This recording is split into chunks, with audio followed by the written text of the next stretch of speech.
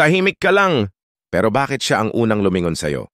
Karamihan sa atin iniisip na para mapansin ng babae, dapat palaging nagpaparamdam, nagpapatawa, nagpapakilig. Pero paano kung ang sikreto ay nasa katahimikan mo? Sa video na to, malalaman mo ang tinatawag nating stoic presence. Isang tahimik pero makapangyarihang aura na mas nakakabighani kaysa kahit anong sweet talk or effort. Handa ka na ba? Ang stoic presence ay hindi tungkol sa pagiging suplado. Hindi ito pagiging dedma o walang pake. Ito ay kalmado, kontrolado, at mahinahong lakas na nadarama ng ibang tao, lalo na ng mga babae. Kapag may stoic presence ka, hindi ka nagmamadaling mapansin. Hindi mo kailangan magsalita para magparamdam. At kahit wala kang gawin, mararamdaman nila ang confidence mo. Ang tahimik mong kilos may impact. Ang tingin mo may lalim. Ang galaw mo may disiplina. Ang utak ng babae, psychologically, ay nakaprogram sa mga lalaking may emotional control.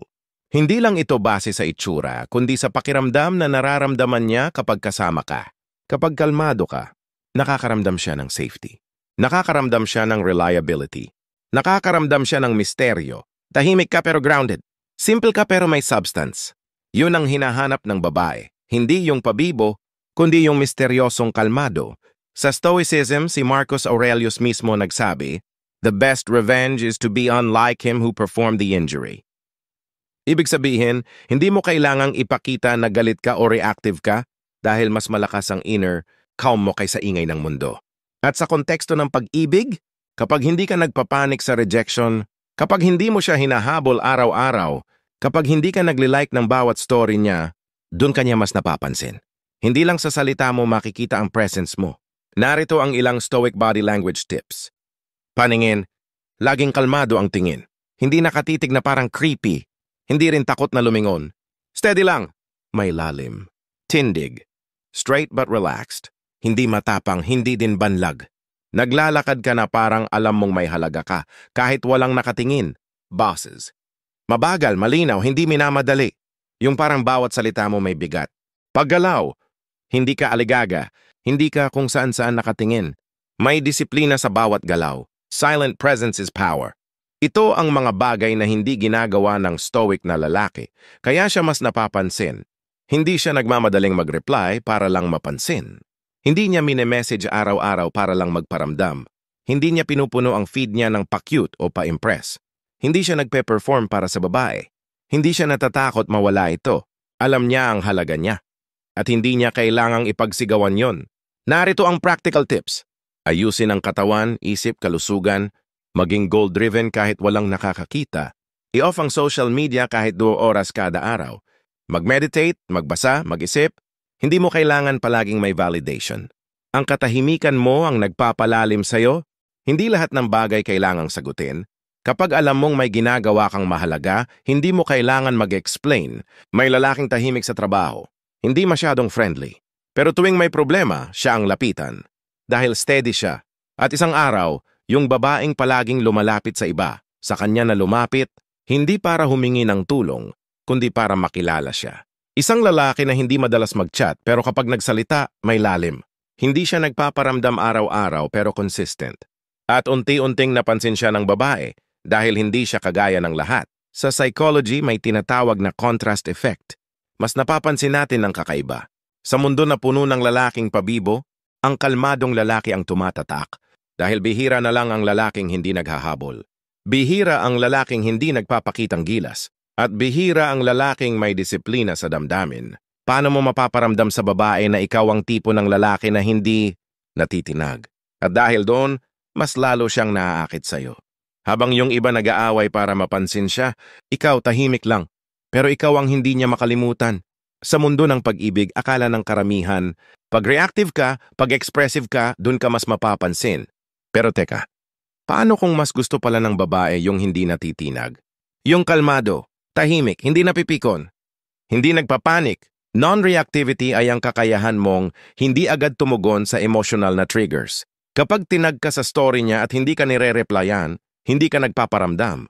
Kapag nag-post siya ng sweet moment sa iba, hindi ka nagme-message ng sino yan. Kapag ginamit niya ang katahimikan bilang laro, mas lalo kang tumahimik. Stoicism in action. Hindi ito pagiging manhid. Ito ang mastery ng sarili mong emosyon. Alam mo bang sa utak ng babae, ang lalaking hindi reactive ay mais alpha, mas emotionally stable, mas secure sa sarili. Kasi kapag hindi mo pinapatulan ng drama o pang-aasar, naiisip niya, hindi siya kagaya ng iba. Nagtataka siya. Anong meron sa kanya? Bakit hindi siya naapektuhan? Napapaisip siya, may self-respect siya, may focus siya. Ang non-reactive na lalaki ay may emotional gravity. Hindi siya naaapektuhan, pero siya ang nakakaapekto. Emotional texting. Bakit hindi ka nagre-reply? Ako ba itong nilalayo mo? Kausapin mo naman ako, please. Social media reaction. Pagpo-post ng hugot o selos para lang mapansin. Paglalagay ng status para manggulo ng damdamin. Chasing behavior. Palaging nangungulit. Hindi matiis kapag hindi pinansin. Jesuta? Napapakita mong wala kang emotional strength. At yan ang turn-off para sa babae. Isang sikat na quote mula kay Marcus Aurelius. You have power over your mind and not outside events. Realize this and you will find strength. Hindi mo makokontrol ang ugali ng babae. Pero kaya mong kontrolin ang reaksyon mo sa kanya. Kapag hindi siya nagparamdam, hindi mo siya hahabulin. Kapag lumalandi siya sa iba, hindi ka magwawala. Dahil ang tunay na lalaki hindi umaasa sa reaction, gumagawa ng sarili niyang mundo. Pause before you react. Kapag may naramdaman kang trigger, huminga ka muna. Isang malalim na hinga. Tapos tanungin mo sarili mo, deserve ba nito ang emosyon ko? Mag-focus sa sarili mong buhay. Kapag ang focus mo ay puro sa babae, mas madali kang matablan. Pero kapag busy ka sa sarili mong development, hindi mo na siya priority. Bonus na lang siya. Detach from outcome. Hindi mo kontrolado kung magkakagusto siya sa'yo or hindi. Pero kontrolado mo ang response mo. At doon ka nagiging makapangyarihan. Use a stoic silence. Tahimik ka. Hindi dahil wala kang masabi, kundi dahil alam mong hindi lahat kailangan sagutin. Hindi mo pinipressure ang babae. Kapag gusto niya ng space, ibinibigay mo. Pero hindi mo siya sinusuyo para bumalik. Hindi ka nagluluhog ng atensyon. Hindi ka nagpo-post para lang may makita siya. Hindi ka gumagawa ng drama. Tahimik ka lang at mas lalo siyang na-curious. Kapag may red flag, umaatras ka. Hindi mo tinitiis ang disrespect para lang manatili siya. Kapag may pagkakataon, confident kang lumalapit, pero hindi ka desperado. Hindi nag-reply ang babae sa chat. Reactive. Hello? Hello? Sinzonin mo ako? Non-reactive. Nagtrabaho ka. Nag-gym ka. Nagbasa ka ng libro. Deadma lang. At siya ang unang magme-message. May post siyang may kasamang lalaki. Reactive. Sino yan? Niloloko mo ba ako? Non-reactive. Scroll lang. No reaction. Kahit may naramdaman ka, hindi mo ipinakita. Tinesting ka niya, hindi siya nagparamdam ng 2 days. Reactive. Tinawagan, tinext. Tinag. Non-reactive, tahimik. Mas lalo mong inayos ang sarili mo. At guess what? Siya ang lumapit. Ang babae ay nahuhulog hindi sa ingay ng lalaki, kundi sa lalaking may tahimik na kontrol. Yung alam niya kung kailan dapat magsalita at kailan manahimik. Yung hindi nagmamadaling mapansin. Dahil may tiwala siya sa sarili. Ito ang stoic energy. At ito ang dahilan kung bakit kahit hindi ka artista, kahit hindi ka mayaman, mapapansin ka pa rin.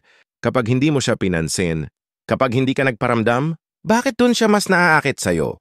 Gusto mong mapansin ka? Tigilan mo siyang habulin. Sa love life, akala ng marami effort lang ang sagot. Na kapag mas sweet ka, mas mapapansin ka. Pero paano kung mas nakaka-attract? Yung lalaki na hindi nagpapansin? Psychologically, ang tao ay naa-attract sa bagay na hindi madaling makuha. Kapag binigay mo agad ang lahat, wala nang excitement. Kapag laging available ka, nawawala ang halaga mo. Kaya kapag ikaw yung lalaking hindi naghabol, may mystery, may control, may sarili kang mundo. At ang babae, mas lalo kang gustong alamin. Scarcity effect. Ang bagay na bihira, mas mahalaga. Kapag hindi ka palaging online, hindi ka palaging nagpaparamdam, mas mahal ang presensya mo. Availability effect. Kapag palaging andiyan, palaging nagko-comment, palaging nagme-message, napapaisip ang babae. Isa lang siya sa mga naghahabol. Pero kapag ikaw yung tipong walang post, walang PM, walang like sa story niya, pero steady ang buhay mo, mapapansin niya yon. Stop initiating contact. Hayaan mo siyang unang mag-message. Kapag hindi siya nagparamdam, huwag kang mabahala. Focus ka sa sarili mo. Huwag ka munang mag-react sa stories niya. Hayaan mo siyang magtanong kung bakit hindi mo siya pinapansin. Maging active sa buhay, hindi sa social media, Post less, build more. Habang siya ay nag-e-explore ng mundo, ikaw ay nagiging mas valuable silently. Kapag nagparamdam siya, huwag magmadaling tumugon. Response mo dapat hindi cold pero hindi rin desperate. Kapag ang babae ay sanay na siya ang hinahabol, kapag nakita niyang may isang lalaki na hindi siya pinapansin, dun siya naiintriga. Bakit?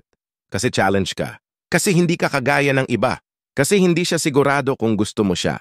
At yan ang nagpapaikot sa utak niya. Babae man yan na sanay sa attention, hahanap-hanapin. Parin niya yung lalaking hindi nagpapansin. Sabi ni Epictetus, freedom is the only worthy goal in life. It is won by disregarding things that lie beyond our control. Kapag hindi mo siya hinahabol, ipinapakita mong hindi mo siya kailangan para buo ka. At yun ang pinaka-attractive trait ng stoic na lalaki. Yung kahit mawala ang babae, mananatiling grounded. Si Carlo palaging sweet sa babae, hanggang sa bigla siyang tumigil. Hindi nag-chat, hindi nagparamdam. Sa unang linggo, deadma siya. Sa pangalawa, curious na. Sa ikatlong linggo, siya na ang nag-message. Si Jojo hindi nagpapakita ng kahit anong interes, pero consistent siyang nagwo-work on himself. Isang araw, yung babaeng hindi niya niligawan, siya ang nagyaya kumain. Kapag ikaw ay hindi reactive, hindi needy, hindi desperate, mas ramdam ang presence mo. Hindi ito tungkol sa pagiging cold. Hindi rin ito tungkol sa pagiging pa-hard to get lang. Ito may tungkol sa emotional strength. Tahimik ka, pero may direksyon. Hindi ka nagpaparamdam, pero may depth ka. Hindi ka nagpo-post, pero buhay ka. Productive, focused. Ang ganitong lalaki, hindi madaling mahanap. Kaya kapag nakita ka niya, maaalala ka niya. Huwag mong baliktarin ang sitwasyon sa habulan. Hindi dahil gusto mo siya, kailangan mong ipakita agad. Use that energy sa sarili mo. Gamitin ang attraction na nararamdaman mo bilang motivation. Become the man na sayang mawala. Sa katahimikan mo, iparamdam mo na hindi mo siya hinabol. Pero kung mawala ka, may nawala sa kanya. Hindi ka artista. Hindi ka rich. Pero bakit siya nahulog sa'yo? Maraming lalaki ang nag-iisip, hindi ako gwapo. Wala akong pera. Hindi ako madiskarte. Pero kung may isang bagay na mas makapangyarihan sa lahat ng yan, ito ay ang stoic mindset. Ang babae, oo, napapatingin sa itsura. Pero hindi yun ang pinaghuhugutan ng malalim na koneksyon. Kapag ang lalaki ay may respeto sa sarili, hindi nagpapakita ng kahinaan sa emosyon, at may direksyon sa buhay, doon nagsisimula ang tunay na paghanga. Lalalim ang tingin niya sa'yo. Hindi dahil gwapo ka, kundi dahil kakaiba ka. Stoicism teaches you to master your emotions, control your reactions, live with purpose, value silence over noise, respect yourself regardless of others' opinions. Ito yung mga bagay na hindi kayang bilhin. At ito raised ang mga bagay na nararamdaman ng babae, kahit walang sinabi. Kaya kapag hindi mo siya sinusuyo, pero consistent kang kalmado at productive, dun siya naakit. Alam mo kung sino ang hindi makalimutan? Hindi yung laging sweet, hindi yung laging nagpapatawa. Kundi yung lalaki na tahimik pero solid, hindi naghabol pero naramdaman mo. Hindi nangako pero hindi ka iniwan sa ere. Hindi perfect pero may paninindigan. Yan ang stoic. At yan ang lalaking hindi makakalimutan ng kahit sinong babae. Dahil ang lalim niya, hindi ka lang boy next door. Ikaw ang man she'll never forget. Disiplina sa sarili. May routine ka kahit walang nakakakita. Hindi ka gumigising lang. Dahil may kailangan, gumigising ka dahil may direksyon ka. Paninindigan sa prinsipyo ay hindi mo kailangang sumabay sa uso para lang mapansin. Alam mo kung sino ka at hindi mo ibebenta ang sarili mo para lang sa atensyon. Kapayapaan sa katahimikan. Habang yung iba busy gumawa ng ingay, tahimik kang umaangat. Pag-angat sa lahat ng aspeto, nag-aaral ka, nag-iipon, nag-i-invest, hindi para may maipakita, kundi para may maipundar. Kapag ginawa mo to, kahit hindi mo siya habulin, makikita ka niya. Kapag hindi ka nagpapakita ng pangangailangan, kapag hindi mo siya sinusuyo sa araw-araw, kapag hindi mo siya kinukulit para lang sa validation, nagtataka siya, bakit hindi siya kagaya ng iba? Bakit hindi siya nasisilaw sa akin? At dun siya bumabagsak. Dahil hindi mo siya tinakbo, ikaw ang naging tahimik na bagyo. Kwento 1, si Jun hindi kagwapuhan. Tahimik lang, pero dahil consistent siyang nag-aaral, nagwa-workout at hindi nagpapa-apekto sa babae. Nahulog yung crush niya mismo, hindi dahil niligawan niya, kundi dahil nakita ang konsistensya niya. Kwento 2, si Omar hindi expressive. Pero laging nandoon kapag may problema. Hindi sweet pero totoo. Hindi clingy pero constant. At yun ang mas matimbang kaysa sa pa-cute. Sabihin mo sa sarili mo, hindi ko kailangan maging perfect para mahalin. Hindi ko kailangang ipakita ang lahat.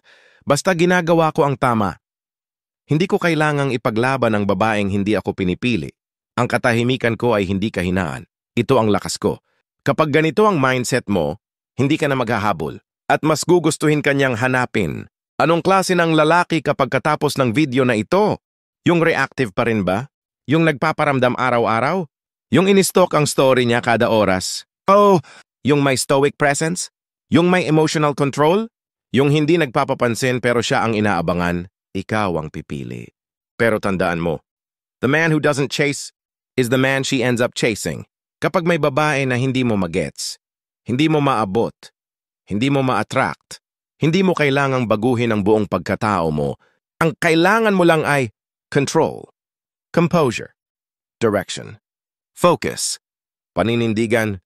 Dahil sa huli, hindi ang ingay ang natatandaan, kundi ang presensya.